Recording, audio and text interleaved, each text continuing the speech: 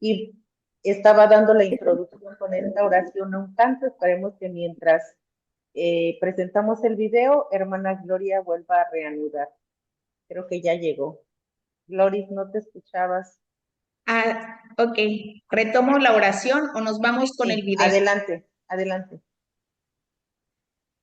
Ok. Te damos gracias, Señor, por esos 50 años que acabamos de celebrar el 9 de mayo de 1975, donde tú la llamaste a tu presencia. Te pedimos por todos nuestros hermanos que hoy vas a llamar a tu casa. Concédeles el perdón de sus pecados y también a cada uno de nosotros, danos tu Espíritu Santo para poder acoger las gracias, las luces que nos quieras regalar para nuestra vida y que podamos hacer tu voluntad.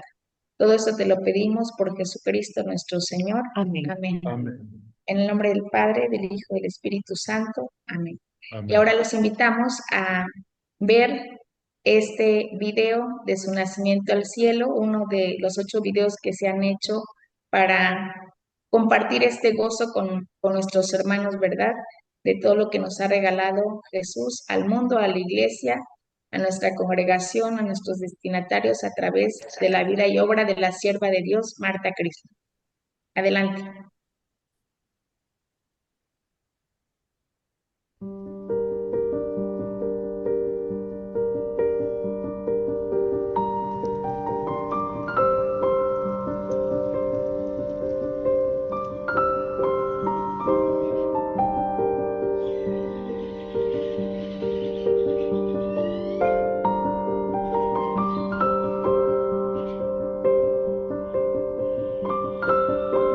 Llegó la noche.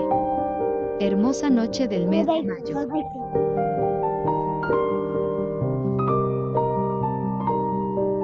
Ella seguía igual. El termómetro había llegado al máximo. 41 grados.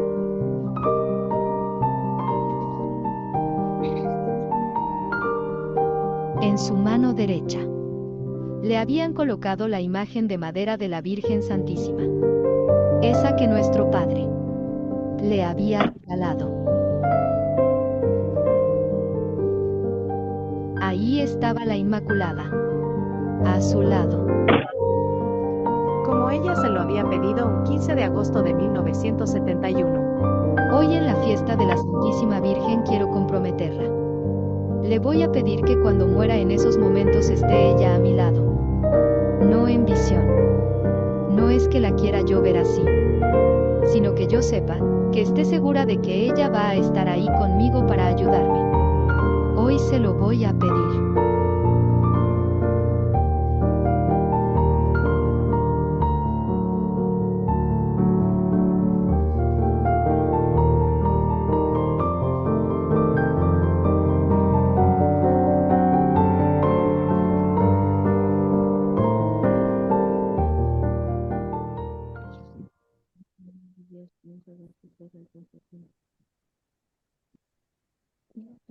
Bueno, pues nuestra madre, la sierva de Dios Marta Griffith, tenía un gran amor a la Santísima Virgen y en este video se ve reflejado en esa petición que le hace desde el fondo de su corazón.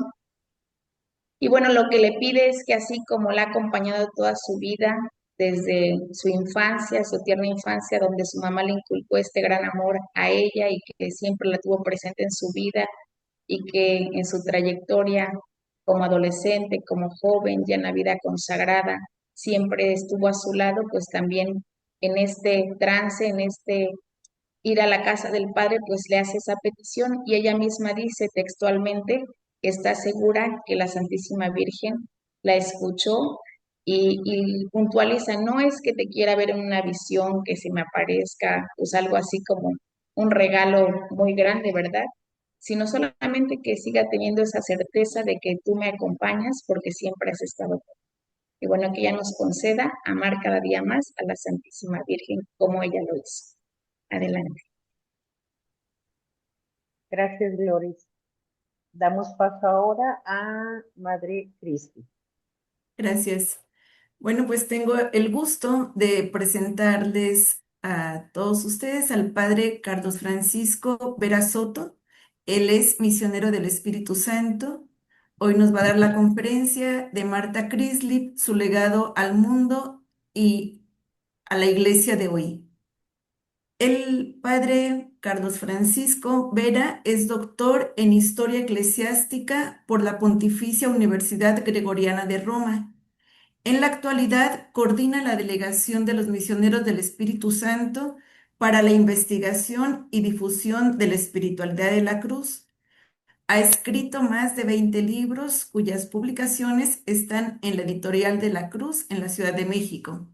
También ha colaborado en varios periódicos de España, Italia y México. Entre otras muchas cosas, nos da mucho gusto tenerlo entre nosotras, padre, y adelante.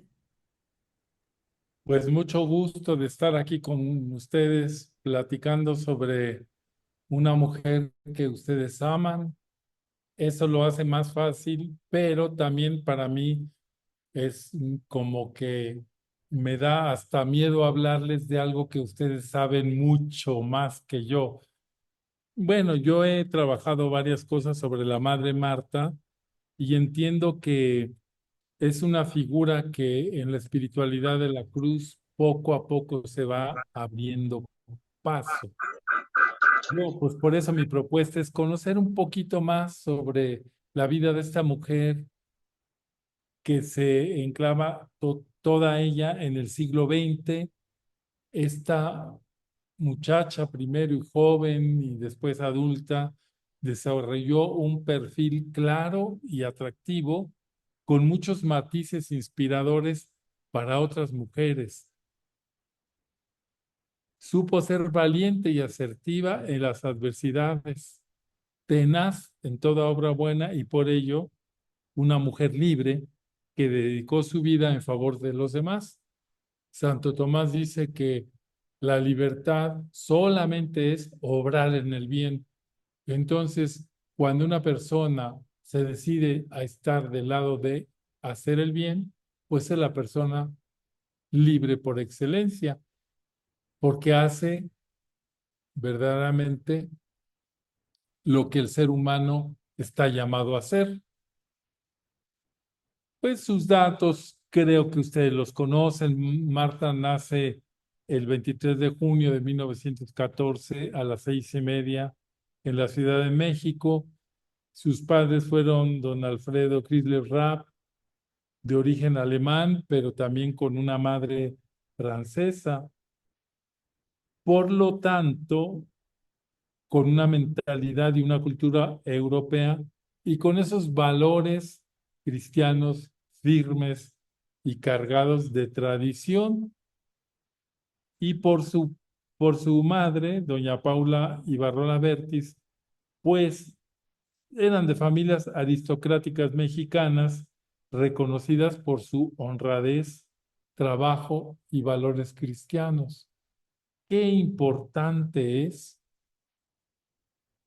lo que los padres dan a los hijos. Nos damos cuenta cuando estudiamos la historia, tuvo unos buenos padres, generalmente puede enfrentar la vida con lucidez. Bueno, ambos padres, aunque el padre era de ascendencia europea, pues eran de nacionalidad mexicana. Y Alfredo y Paula van a formar una familia tradicional como las que estamos acostumbrados ahí. Muchos de nosotros seguramente provenimos de ese tipo de familias. Ese tipo de familias daban estabilidad al país y ellos con su numerosa prole se constituyen como, pues como los pilares del hogar, ¿verdad? Los guías, los que hacen que la familia funcione. Para unos papás así, los valores cristianos como de la obediencia. A ver, yo me acuerdo que mi mamá se quejaba con nosotros, que decía, pues a mí mi mamá me mandaba con los ojos, así de ese tipo de obediencia tradicional, pero que también estaba lleno de valores cristianos y humanos. y que ayudaron a cada hijo a desarrollar sus potenciales personales y a prepararse para su vida adulta, para que fuera vivida con eficiencia, con sencillez, con firmeza y sobre todo para entenderse como católicos comprometidos con su entorno. Pienso que cuando estamos hablando de este tipo de familias y este tipo de formación, no es nada más que estamos diciendo una familia piadosa. Ay, rezaban el rosario. No, son familias que se comprometen con el entorno parroquial, con los pobres y necesitados, que alargan la mano y no les tiembla para dar limosna. Ese tipo de educación que, insisto, probablemente muchas de ustedes tuvieron en sus familias. También yo creo que el rol familiar de Marta, que por ser la primogénita de 11 hermanos, pues le ha de haber tocado una tarea pues mucho mayor que a los demás, porque luego le siguieron Alfredo, Federico, Adolfo, Amparo, Alfonso, Carmen, Javier, Ignacio, María Teresa y Jorge. 11 de familia es un familión. Es de la generación que se llama los baby boomers, familias enormes, ¿verdad? Bueno, Marta pues es bautizada eh, el 19 de julio de 1914, es decir, el mismo año en que se funda la Congregación de los Misioneros del Espíritu Santo. Y como ya sabemos, México estaba en plena revolución. El 15 de agosto, los revolucionarios entran a la Ciudad de México y tanto los ejércitos de Pancho Villa como los de Emiliano Zapata se encontraron en la capital. Los jefes revolucionarios ardían en deseos de conocerse, Villa por un lado, Carranza por el otro, y pactaron hacerlo pues en un terreno neutro. El terreno de los ejércitos del sur pues era Morelos y el terreno de los ejércitos del norte pues era todo el norte, ¿verdad? Entonces captan estos muy caballerosos, captan hacer su encuentro en la capital. Desde luego que la capital se llenó de miedo porque los ejércitos invadieron toda la ciudad. Aquí hay recuerdos en todo este centro de que aquí en el bar La Ópera estuvo Villa y dio un balazo en el techo y ahí guardan el balazo con un marco para que lo vean. Y aquí estuvo Pancho Villa también en el Sambors porque ya existía el Sambors y pidió de comer y entonces le pusieron la comida y dijo, es mucho fierro y poca comida. Entonces, los ejércitos revolucionarios, al entrar a la Ciudad de México, pues se estuvieron un montón de tiempo y sus jefes, o sea, Villa y Zapata, se fueron a Palacio Nacional. Y entonces ahí está la mítica foto esa en donde están todos los revolucionarios y ven la silla presidencial y le dice Villa Zapata, ahora sí, mi general, vamos a sentarnos aquí. Y Zapata le dijo, no, no, no, no, esa silla está maldita, yo ahí no me siento. Y entonces se sienta Villa y toman la foto y Zapata nunca se quiso sentar ahí. Pero nosotros sabemos, ¿verdad? La revolución era todo menos romántica. Don Alfredo Crisle, el papá de Marta, pues era un trabajador que trabajaba en una casa bancaria que tenía su sede en Chihuahua, pero que tenía en la Ciudad de México una sucursal. Y los revolucionarios necesitaban dinero, ¿verdad? Y lo sacaban de donde lo hubiera, de los obispos, de las iglesias, de los bancos privados, y esto causó que, pues, sí, al estar en esa situación, miren, hacían este modo. Entraba un ejército, un grupo de revolucionarios se iba, si era una ciudad episcopal, se iba al episcopado para decirle al obispo, ahorita nos da 100,000 pesos o ya verá lo que le pasa de aquel tiempo, ¿verdad? Otros se iban a las parroquias a extorsionar a los párrocos y otros iban a los bancos o a los negocios. Bueno, pues al señor Alfredo eh, lo fueron a buscar. Quien fue perseguido y amenazado, pues querían el dinero del banco que él eh, pues atendía, el banco de Enrique Krill. Los Krill era una familia pues, aristocrática de Chihuahua que tenían aquí representantes también. Él era el propietario, pero Alfredo, como un hombre precavido, lo había mandado a Estados Unidos para salvarlo de la rapiña. Entonces, pero la persecución, ¿quién se le iba a quitar, verdad? Entonces, don Alfredo temió por su familia y abandonaron el hogar, se fueron de ahí y dijeron, vámonos a refugiar, a ver en qué lugar estamos seguros, y pensaron que la casa de los abuelos paternos, que los dos eran europeos, podían protegerlos, porque los revolucionarios sabían que los extranjeros debían ser respetados, porque cualquier revolucionario que se metía en rollos con un extranjero causaba una cuestión diplomática horrible, ¿verdad? Entonces no tocaban a los extranjeros. Lo que podían hacer era extraditarlos.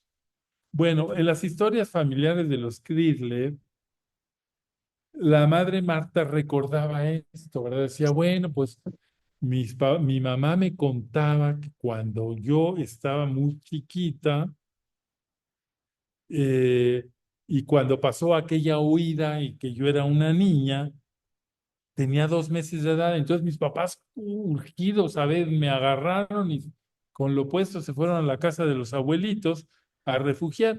Y entonces eh, ellos piadosamente decían, ah, pues es como Jesús, la huida a Egipto que puso este, en alerta a la Sagrada Familia, así me pasó a mí cuando nací. Bueno, pero tenemos que pensar qué significaba para una familia sentirse perseguida, quitándole lo romántico y hasta lo espiritual, sentirse perseguida y tener que huir para esconderse como fugitivos. Es que si me agarran, algo mal nos pasa, ¿no? Seguramente que esa interpretación que hace Paula, la mamá, sobre su propia experiencia, comparándola con la de la Virgen San José, le ayudaba a dar sentido a una guerra de por sí destructiva.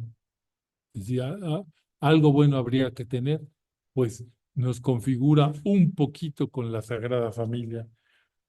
Entonces, por su parte, Marta, pues mostró desde temprano que era una niña despierta, lista, era muy alegre, cariñosa, responsable y que tenía un carácter fuerte. No era de esas niñas así como que no tenía su carácter. Y yo digo, quizá probablemente herencia de sus antepasados alemanes, pero ella, pues, dentro de lo que sabemos, trataba de dominar, porque también era una muchacha tímida y le causaba molestia como ser el centro y no le gustaba ser protagonista de nada. Y cuando se veía que no le quedaba otra alternativa, se ponía a llorar. Era una niña llorona. Este comportamiento explicable en un adolescente, lo mismo lo sabemos que tenía Teresa de Lisieux. Teresa de Lisieux durante años recurría a las lágrimas hasta el día que oyó un comentario del papá y ella tomó la decisión de no hacerlo más. Y Teresa de Lisieux a ese día le llama mi conversión. Pero bueno, vamos a ver, era un comportamiento como válvula de escape de una niña muy tímida. Pues ella va a recibir, como las familias católicas responsables, por los sacramentos a tiempo, ¿verdad? Su confirmación, su primera comunión.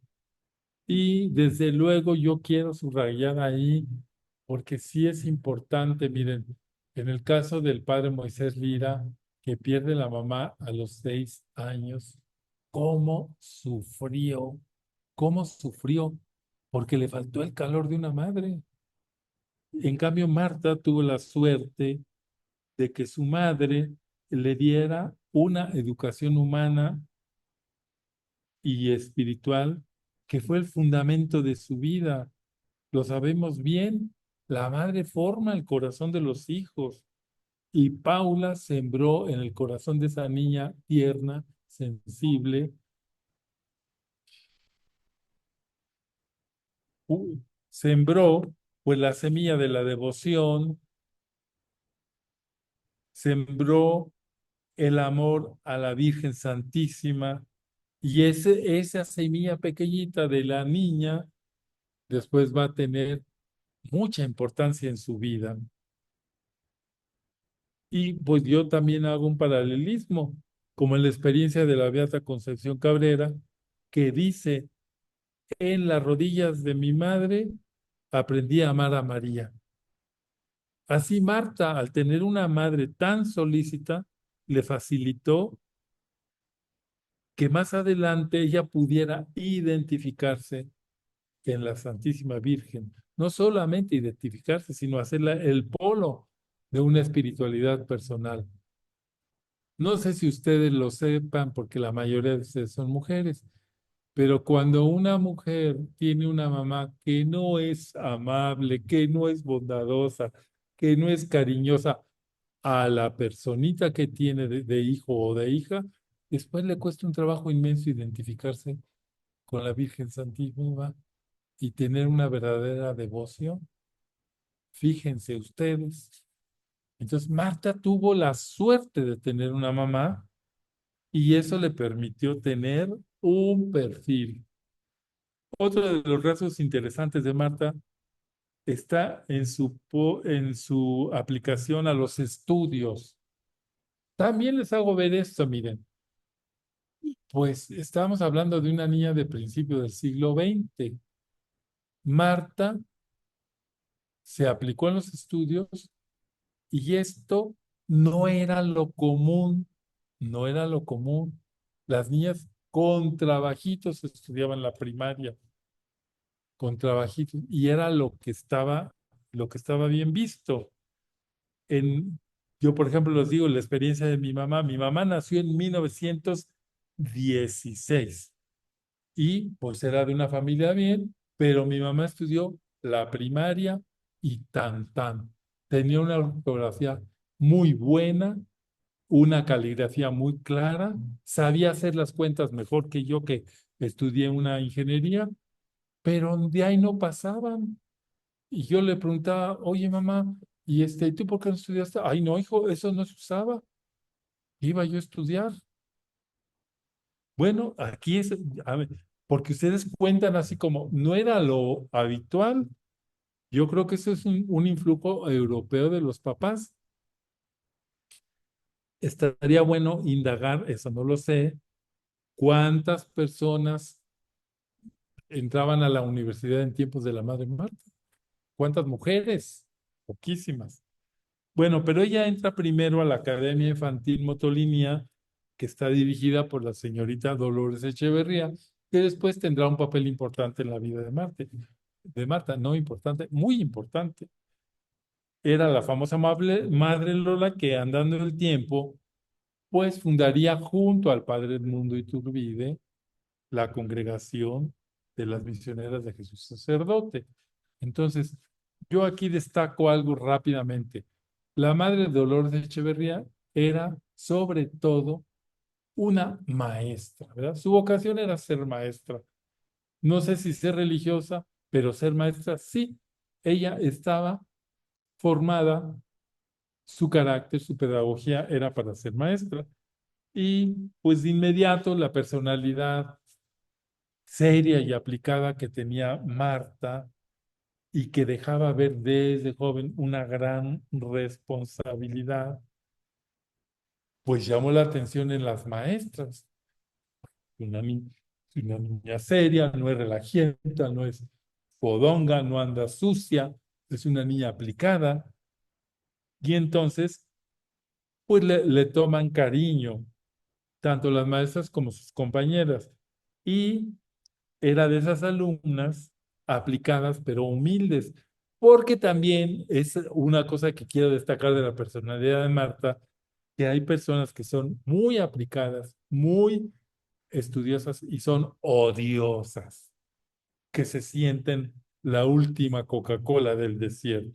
Marta era humilde y no le hacían mella los éxitos académicos ni eran motivo para compararse con las demás. Yo soy mejor que ustedes, muchachas. Ya ven, yo saqué el 10.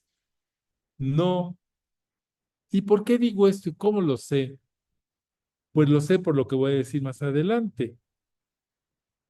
Porque ella fue líder, fue querida y fue respetada. Y eso no lo puede hacer una vieja chocante que se siente lo máximo porque tiene éxitos académicos. Entonces, ella, pues, durante su primaria y secundaria, pues fue una muchacha disciplinada, inteligente y que conservó los primeros lugares, pero con ese tinte.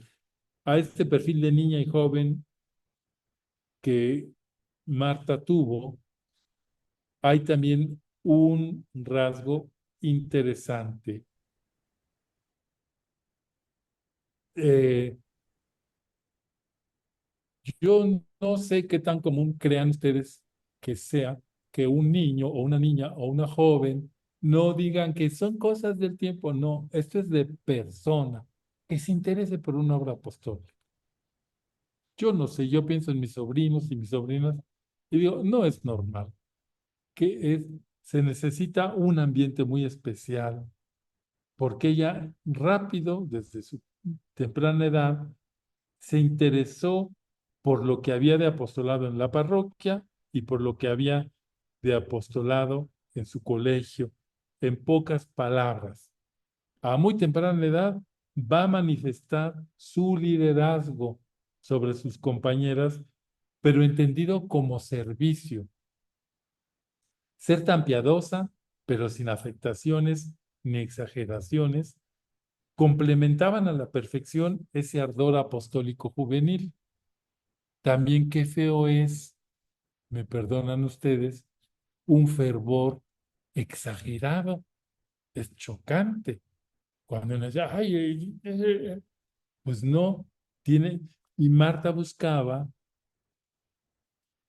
ayudar, porque cuando sus compañeras tenían algún problema, estaban tristes, estaban con alguna preocupación, ella se acercaba a ellas para aconsejarlas, animarlas, ayudarlas y pues se ofrecía como alguien que podía orientar de la misma edad.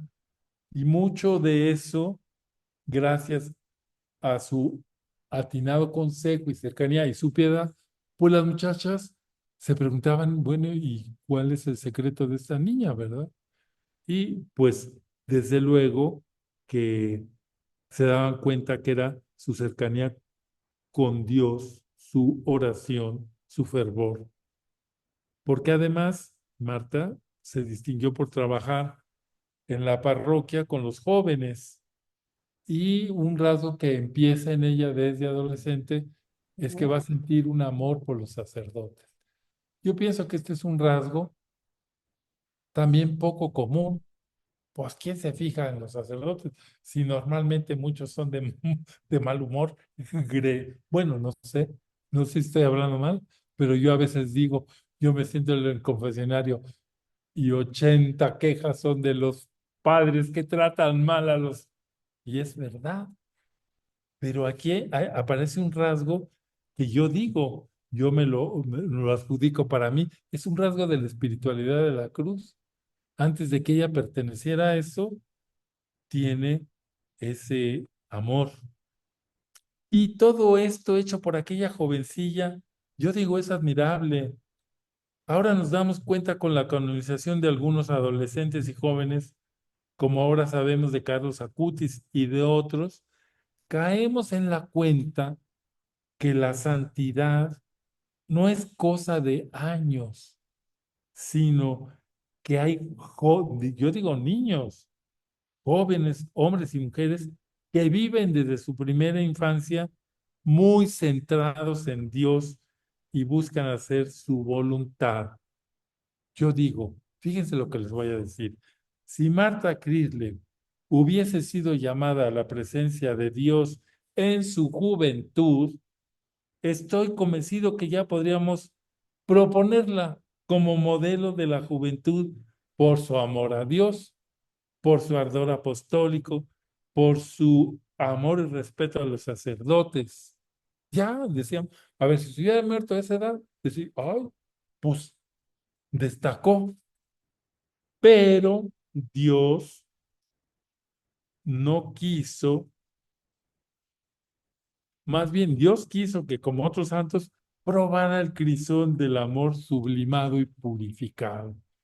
Entonces sí, muy bonito, muy bonito. No, chiquita, te vas al cielo y eres santa, sí, chiquita, pero te falta el crisol. Entonces, eh, aquí un momento crucial de su vida, de esos momentos fundantes para la experiencia.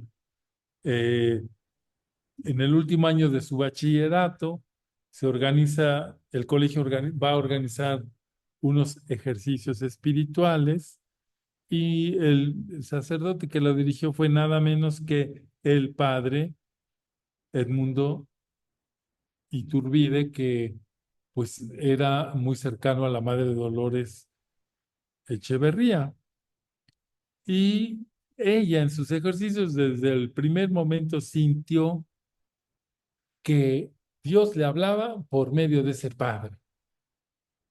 Ella le pidió que fuera su director espiritual y él le aceptó y la dirigió hasta su muerte. Bueno, aquí hay también una vibración interior, ¿verdad? Una concordancia. Eh, Pienso, como yo les decía, que ahora estoy estudiando muy profundamente la vida del padre Edmundo. Y pues era un hombre lleno de talento, un hombre profundamente espiritual. Y yo creo que también nosotros los misioneros tenemos que ir cambiando a veces la imagen que teníamos de él, ¿verdad? Ahorita les voy a contar por qué. Bueno, en ese momento el padre del mundo, pues era un joven sacerdote de 32 años. Podemos decir que hasta funciona lo físico, ¿verdad? La niña Marta, bueno, la joven Marta, pues ve a aquel sacerdote guapo, alto, rubio, de buena presencia, súper educado, excepcionalmente bien formado, piadoso, inteligente, ¿qué le puedo decir? Brillante. Y además, con algo que tiene Marta también desde niña, un gran amor a María, porque el Padre del Mundo tenía un gran amor a la Virgen Santísima. Y según la opinión del venerable Padre Félix de Jesús, tanto el Padre Moisés Lira como el Padre Edmundo encarnaban al verdadero misionero del Espíritu Santo. El Padre Félix los ponía de modelos. Entonces, Martita, pues sí, se encandila con el padrecito y el padre acepta dirigirla. Para nosotros aceptar, ahora se los digo, ¿verdad? Ustedes lo saben. Aceptar una dirección espiritual de una persona así, seria, que toma en cuenta a Dios, es una responsabilidad bien grande. Porque tú puedes decir, bueno, sí, sí, venga, y no. Y eso es lo que también a estas personas privilegiadas que viven un camino de santidad, pues les hace llegar a donde tienen que llegar por la dirección espiritual. Bueno, y como les decía antes, que el padre Félix conoce a Martita y pues la ve, le cae bien, el padre del mundo le contaba absolutamente todo, le contaba a su padre Félix y seguro le contó de Marta y el padre Félix le dio aquel consejo que para Marta fue muy importante, de, ay, Martita, hágase santa sin que usted sepa, sin que usted lo sepa. Y yo creo que este consejo del padre se entiende como el que seriamente se aplica a buscar la voluntad de Dios, pero no se está fijando en sí mismo, sino en lo que Dios quiere, sin estar regresando. A ver, esto no, esto quiere Dios, ya ni me fijo más. Bueno, yo digo que adelantada a su época, donde todavía las mujeres no entraban a la universidad, sino que se preparaban para el matrimonio, hombre, Marta no era fea, era guapa, era rubia, de un pelo muy bonito, ojos verdecitos, ¿verdad? Azules como el mar. ¿Y qué es lo que sucedió? Pues que muchas mujeres, compañeras de ella, se preparaban para el matrimonio. Pero Marta decide entrar a la universidad, cursar una carrera de química farmacéutica y entró a la Universidad Nacional Autónoma de México, que desde su fundación, esta era una universidad llena de gente. Y a Marta eso le causó pues una conmoción porque no había salido de la parroquia, de ay sí chiquita, qué bonita, de que mira, qué linda. Y de repente entras en una bola universitaria y para ella fue pues hasta desequilibrante en el sentido de que no pudo concentrarse y los primeros exámenes les fue regulín, regulín, hasta irse a un examen extraordinario. Pero esa es una experiencia padrísima para una persona, porque te das cuenta, así sucede a quien va a la universidad, o estudio o me reprueban. Y si no estudio y me reprueban, tengo otra oportunidad, pero la voy a superar. Entonces, es una experiencia humana interesante. Yo muchos padrecitos que están aquí, que entraron así de niños y nunca pisaron la universidad, se les nota. Pisar una universidad te da otro nivel. Bueno, yo también les digo, quien haya estado en contacto con una carrera de química, sabrá, yo hice la carrera de químico y por eso se los digo con autoridad, sabrá la cantidad de matemáticas que se necesita conocer, la memoria que se necesita para aprenderse las fórmulas de la química orgánica, conocer las estructuras y la habilidad para resolver ecuaciones. Bueno, humildemente les digo, no cualquiera. Marta se dedicó a estudiar y lo hizo después de haber tenido ese tropiezo, superando todos los obstáculos y pudo concluir con éxito su carrera. Bueno, en ese tiempo de estudiante universitaria, pues no dejó ni su vida de piedad, ni su fervor religioso, y pues le entró como quien dice la, pues el gusanito de la vocación, ¿verdad? Y se lo confió a su papá y el papá le dio un consejo muy sabio. Mira, muchacha, a mí no me hables de esas cosas, a tú me traes mi título y luego averiguamos. Y entonces la muchacha termina sus estudios, gracias a Dios y a que su padre se puso firme. Para ustedes es mejor decir que tienen una fundadora que terminó la carrera que decir que tienen una monjita que se quedó a medios chiles ahí en la carrera. Entonces presentó su examen a los 24 años y por lo pasa, ni siquiera les avisa a los papás hasta que ya termina aquello y les dice, ya me titulé y me felicitó mi profesor y los sinodales. Entonces, pues era un poco el perfil de ella, ¿verdad? No alardear, no hacer un rollo, lo vivió como es lo que yo tenía que hacer. Y entonces después va a entrar a trabajar en unos laboratorios y generosamente también tenía ese pensamiento, ¿verdad? Que el dinero hay, sirve para ayudar. Entonces destinaba, pues yo no sé si parte o todo, pero destinaba dinero a hacer obras apostólicas. Entonces Marta pasó 5 años luchando con que sí me voy, no me voy, sigo mi vocación o no la sigo, porque ella pensaba que sus papás se iban a sentir muy tristes y que les iba, pues como era la que era el soporte de la familia. Yo creo que ese pensamiento no es aceptado porque uno tiene que seguir lo que Dios quiera, pero era tan fina hasta que el Padre del Mundo le dijo, mira muchacha, mira, vamos a ver, tú tienes que tomar una decisión, así es que tómala y entonces ella decide entregarse a Jesús para siempre. Era su anhelo.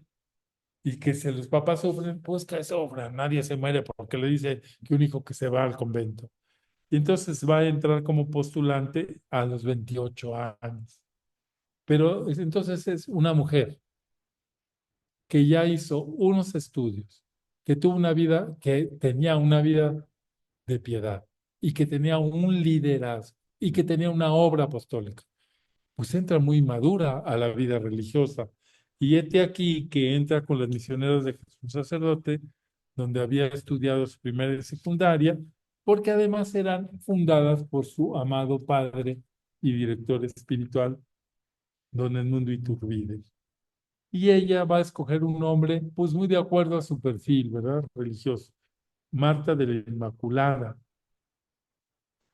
Y esto le hizo sentir una gran alegría porque ella amaba a la Inmaculada desde niña y hizo sus primeros votos y luego sus votos perpetuos. Y la congregación a la que Marta había entrado era una institución muy joven. También eso tenemos que darnos cuenta. Aquí yo quiero echar verbo, pero bueno, me voy a concretar. Miren, era una congregación muy joven. Ninguna de las que estaban ahí tenía experiencia de la vida religiosa. Eran maestras. Entonces, Marta, aún siendo devotos temporales, estaba recién entrada, la hacen consejera general y luego superiora local. No está mal que lo hubiera sido, pero no es lo adecuado. Marta, siendo seria y responsable, siempre eh, pues hace lo que le piden, pero advierte a la madre Lola, le dice, oiga madre, usted sabe lo que hace, pero yo me siento que no estoy preparada. Tengo muy poquito tiempo de ser religiosa. Bueno, decía, pero pues que mi madre Inmaculada supla, ella me va a acompañar. Bueno, la realidad es que esto no hay que perderlo de vista por lo que va a pasar después. Es que es una congregación absolutamente joven, podemos decir que inmadura, no estaba madura, no tenía la gente necesaria. Si Marta hubiera sido en una congregación grande, pues no permiten que tenga un cargo de esa manera a esa edad, por más que fuera buena. Y no es que lo haya hecho mal, sino que no es lo adecuado. Bueno, y luego pues ella va viviendo todas las cosas en su congregación. Y aquí hay un parteaguas, ¿verdad? En julio de 1950 se llevó a cabo el primer capítulo general de las misioneras de Jesús Sacerdote. Para todos, pues sabemos que los capítulos generales pues, definen la vida, el perfil, el caminar de un instituto. Y entonces, Marta, en ese capítulo general, el 4 de julio, va a salir elegida como vicaria general. Y aquí, en los papeles que yo consulté, bueno, pues hay mucho velo, así, como para que son las cosas que pasaron. Es decir, nosotros no podemos borrarlas. Lo que está de contexto es esa, pues, falta de rodaje de la vida religiosa, pues, de la fundadora de esa congregación, por decirlo pronto y claro. Luego se lleva a cabo el capítulo general de los misioneros del Espíritu Santo, en donde el padre Edmundo termina 12 años de servicio como superior general y después de celebrado el capítulo general de las misioneras de Jesús Sacerdote, hubo una serie de circunstancias que llevan a una grave decisión en el fondo del instituto. Aquí no vamos a hacer un examen exhaustivo. Yo les he ido diciendo lo que yo percibí y conocí muy bien el informe. Ya saben cuál es el informe confidencial. Miren, aquí conviene detenernos un poco en esta parte dolorosa de la historia de la Madre Marta. Aquí no se quiere hablar mal de nadie, pero la historia nos obliga a decir la verdad. Distinguiré 3 puntos, los 3 de importancia capital para esta historia. Primero, la Madre Lola Echeverría, fundadora, estaba acostumbrada a mandar y no veía con buenos ojos intervenciones de nadie, sin que ella quisiera, ¿verdad? Cuando vino el capítulo general, ella prefería a otra hermana como vicaria, pero las capitulares eligieron a la Madre Marta Crisle. Y aquí otra vez, pues tenía un liderazgo, era un liderazgo aceptado, lo ejercía con, pues digo yo, con elegancia. Y entonces, de más está decir que la Madre Lola hace un berrinche monumental. Y aquí uno ve, bueno, pues eso pasó. Entonces, otro punto que se enreda con todo esto es que el padre Edmundo Iturbide, que era carismático, platicador, brillante, inteligente, pero tal vez despistado, solía visitar a sus hijas, a las misioneras de Jesús Sacerdote, y pasaba horas platicando con ellas. Llegaba la comida y se estaban en la sobremesa platicando y les contaba, sí, yo conocí a nuestro padre y el barco y fuimos y me dijo y conocí a papá Benoit y pues el padre del mundo platicaba. Entonces, la madre Lola se disgustó profundamente, pero en lugar de hablar con él, pedirle de buen modo que no fuera tan seguido, era el fundador. Lo que se le ocurrió fue acusarlo a Roma, denunciarlo, en donde el padre Félix, en donde el padre Edmundo había tenido tanto prestigio.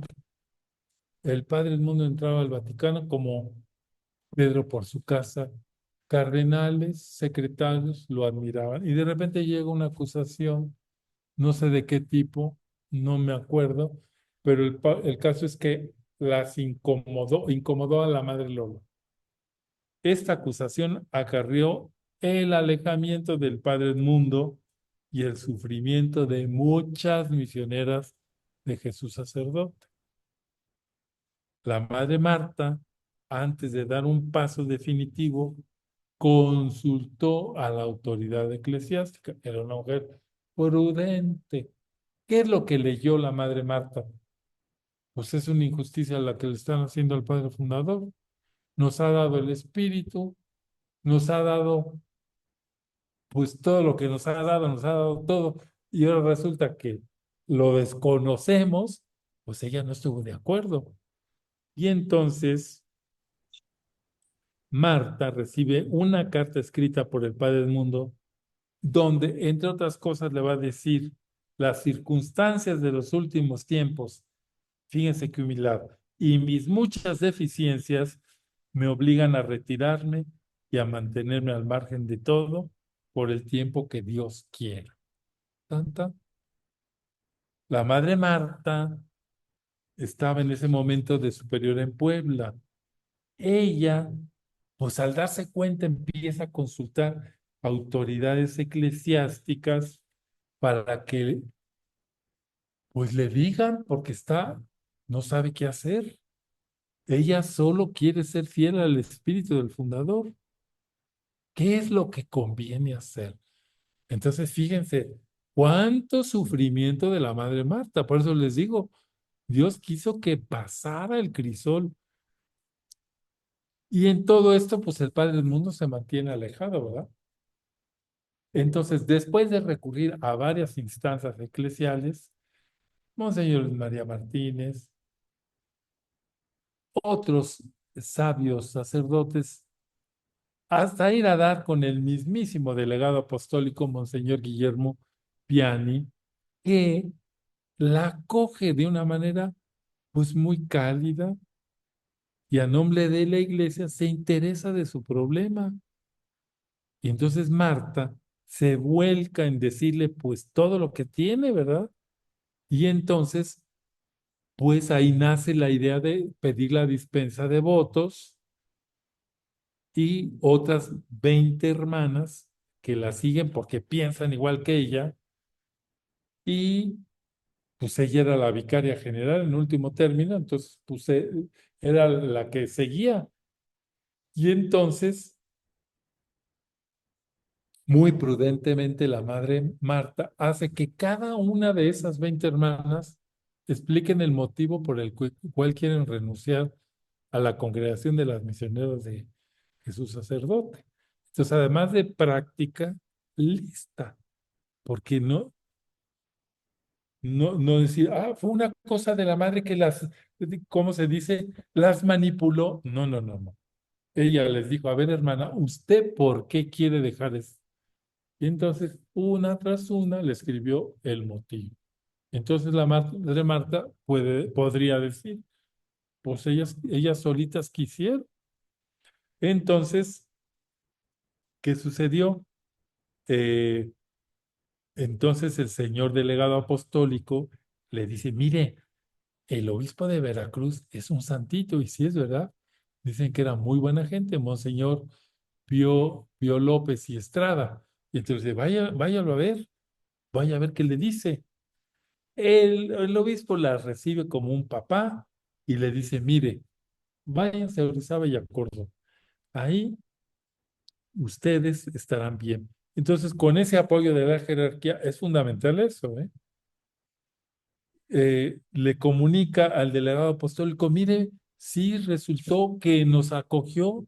Y entonces el delegado apostólico y el Padre del Mundo ya, ahora sí, viendo aquello, les dice, pues miren, ese pequeño resto fiel se va a convertir en un nuevo instituto porque Dios así lo quiso. Y también nosotros decimos, sí, los caminos de Dios siempre pasan por la cruz. Y aquí estas religiosas, pues pasaron por la cruz, ¿verdad? Bueno, luego el párroco de Córdoba la recibe, el padre Antonio Huerta, también con un cariño paternal, y entonces les abre ahí la parroquia, y el padre del mundo dice, váyanse, hijas, Dios las bendice, y les dio la bendición, y les dijo, bueno, ustedes ahora se van a tratar de hacer unas con la iglesia, sientan con ella, ¿verdad? Y entonces ese lema se vuelve para las hijas de la iglesia muy importante porque se ven inmersas en la vida de la iglesia. Y luego se fueron a Orizaba, ahí las pobrecitas llegaron y no estaba el párroco, andaba de misiones, andaba quién sabe dónde, andaba ocupado. Y y entonces las recibe con gozo y les dice, sí, sí, sí, ustedes vienen aquí, pues hagan lo que quieran con la parroquia. Y entonces, en marzo del 52, el Padre del Mundo les dijo, pues le da como la bendición, ¿verdad? Vayan en paz, hijas. Orizaba será la cuna de la obra que empiezan a hacer. Jesús y María Santísima las esperan. Y entonces él mismo dice, bueno, aquí la superiora va a ser la Madre Marta, porque era la vicaria general, les tocaba, pero todas pues, la veían como la líder, ¿verdad? No hubo, no hubo ni nadie que chistara. Y otra cosa importante es que la Madre Marta tuvo claro que desde la primera casa que se fundara hasta la última, la que tenía que tener protagonismo era la Virgen Santísima. Eso mismo hizo Teresa de Ávila. Santa Teresa de Ávila llegaba a una comunidad y siempre había la silla de la superiora. Y le decía, a ver, vamos a la silla de la superiora. Y agarraba una imagen de la Virgen Santísima y la ponía ahí. Y le decía, hijas, de hoy en adelante, esta es su superiora. Bueno, la Madre Marta lo que hacía era que hacía que la Virgen Santísima fuera la fundadora de todas las casas. Y entonces ellas también al principio tuvieron la oportunidad de vivir la pobreza. No tenían nada, pues llegaron así con una mano adelante y otra atrás y llegan a un lugar y pues a vivir de caridad. Ahí las monjitas cuentan que pues que dormían en los petates y que las mesas eran pues cajones de fruta, pero ellas empezaron con un gran entusiasmo porque sabían que esa obra la había querido Dios. Y la Madre Marta les transmitía mucha paz, desbordaba paz y gratitud. Fueron muchos años de zozobra, de sentir que, pues, que si estaba bien, que si estaba mal, porque era un paso muy fuerte. Pero con todo esto que hubo atrás, ellas pues sentían que Dios las había marcado también, ¿verdad? Por eso, cuando les preguntaban, bueno, ¿y ustedes cómo se van a llamar? Pues no supieron. Nosotras, las hijas de la Madre Marta, no, no, a ver, ¿cómo se van a llamar? Y entonces ahí entre el obispo y el párroco de Orizaba Huerta, les dijo, si era el de Orizaba Huerta, ¿verdad? Les dijo, o el de Córdoba. Bueno, uno de del de Córdoba, le dijo, ajá, pues miren, ustedes siempre han vivido la cruz desde el principio, seguramente que les gustará llamarse Hermanas de la Veracruz. Y ya, entonces tardaron tiempo, pero luego unieron el nombre y tienen el apellido religioso más largo del mundo, Hermanas de la Veracruz, hijas de la Iglesia, por el Espíritu Santo. Amén. Entonces, eh, pues la Madre Marta vivió ya no voy a contar más, vivió con gran alegría, con gran fervor su, su ser fundadora, su ser formadora, engendrar nuevas hijas, porque también la experiencia de su madre le ayudó a ser materna con las hermanas. Ella va hasta el final a celebrar sus bodas de oro, las bodas de oro sacerdotales del padre, y al poquito va a morir. Pero yo quiero destacar, porque es el tema, ¿verdad? El ejemplo de santidad de Marta. La vida de Marta estuvo delimitada por una vivencia austera, sencilla, del todo común, digo, en lo espiritual, ninguna manifestación extraordinaria, porque vivió por la vida de todos los comunes mortales que amamos a Dios y no tenemos un santo que se nos aparezca, ni un Cristo que nos hable, ni una Virgen que nos consuele. Una vida de sencillez, que es el camino de la gran mayoría de los que estamos invitados, como Marta, a negarnos a nosotros mismos, a tomar la cruz de cada día y a seguir a Jesús.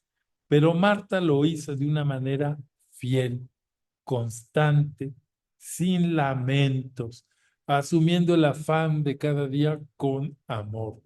Ella, que desde joven fue líder, lo siguió siendo toda su vida, con el mayor empuje que puede tener una persona que encabeza un grupo, el liderazgo moral.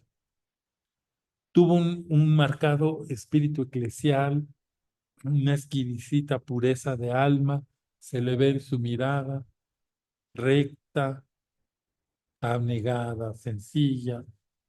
Yo pienso que es un perfil muy bonito para poder presumir monjitas de su fundadora.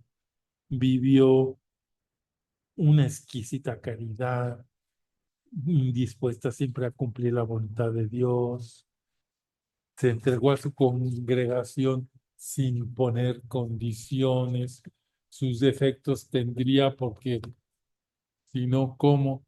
Pero fue una mujer que amó profundamente a Cristo y a cada uno de los sacerdotes, ofreciendo hasta el último y pequeño sacrificio por ellos.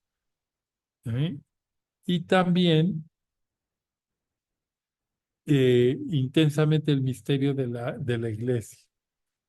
Bueno, yo aquí termino. ¿Qué es lo que nos da o qué mensaje nos da la vida de la Madre Marta hoy? Bueno, pues yo lo primero que les diría a todas las mujeres y los hombres que me escuchan, su amor por los estudios y su responsabilidad para obtener un título universitario. Nos enseña su fervor religioso desde niña, que se fue transformando en un amor maduro hacia la Trinidad y hacia la Virgen Santísima. Su liderazgo, que supo ejercer con suavidad y prudencia, pero con fortaleza. Si la madre Marta no hubiera tenido fortaleza, un carácter fuerte, pues no se separa. A veces se pone a sufrir sin cuento. Su fidelidad al fundador y a la espiritualidad de la cruz que le permitió ser fecunda. Su fortaleza ante los imprevistos de la vida y de la historia. No se aplanó, no huyó, no se hizo menos. Antes, lo que estas hermanas vivieron como injusticia, digo, ante lo que las hermanas vivieron como injusticia, ella supo plantar cara y tomar riesgos muy delicados, confiando en Dios y en su honestidad, porque ella sabía, pues, yo no estoy buscando nada, estoy buscando la gloria de Dios. También confió en eso. Y luego, su mensaje también es que el camino de Dios, su voluntad, es santa y lleva buen puerto, aunque sea difícil. Por eso nos enseña a confiar, a abandonarnos, a creer. Nos enseña a amar el sacerdocio de Cristo, encarnado en el amor y delicadeza con los sacerdotes. Marta vivió la infancia espiritual, también la vivió, se hizo pequeña en las manos de Dios, imitando a la Virgen María, con un tinte sacerdotal de la espiritualidad de la cruz. Vivió el abandono a la voluntad de Dios. Se sabía pequeña. Entonces, decimos que ella logró lo que anhelaba siempre, ser toda de María para Jesús. Por eso hoy podemos decirle, Madre Marta, ruega por nosotros. Bueno, hasta aquí. Yo no sé qué tan, ya llevamos una hora y ¿qué era lo que seguía? Que tenían preguntitas. Sí, padre, muchas gracias. Pues agradecerle este espacio de reflexión que nos ha dado, nos ha llevado de la mano en el caminar de la presencia de nuestra madre en su vida, desde ser líder, poder descubrir la voluntad de Dios. Y en este momento vamos a dar un margen de espacio para alguna pregunta, alguna resonancia que alguien quiera realizar.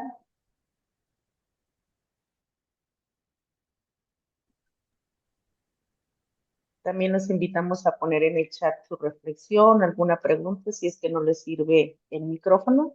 Y Bueno, también les seguimos pidiendo que prendan su cámara. yo también aprovecho para saludar a todos los que están aquí participando y también me da muchísimo gusto ver que nos acompañan ni más ni menos que las delegadas del Carisma para la investigación y difusión de la espiritualidad de la Cruz, que son desde Lima, María del Carmen Serpa, a ver, levante la mano para que la vean. Son desde McAllen, Texas, está Rosario Zamorano de Castro, por ahí está, Y está también la rubia de categoría Telma, Telma de Jesús Villarreal. No, no eres de Jesús, ¿verdad? Últimamente. Y también estaba por ahí, ¿quién estaba? No sé si Ana Isabel Fonseca, no la veo. Bueno, pues a todos, díganme si tienen alguna pregunta con todo gusto.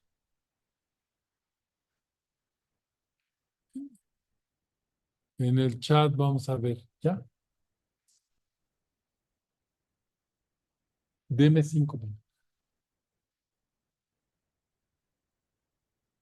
Bueno, si no hay más, creo que vamos terminando, muchachas. Madre Cristi y después Lupita Ganas.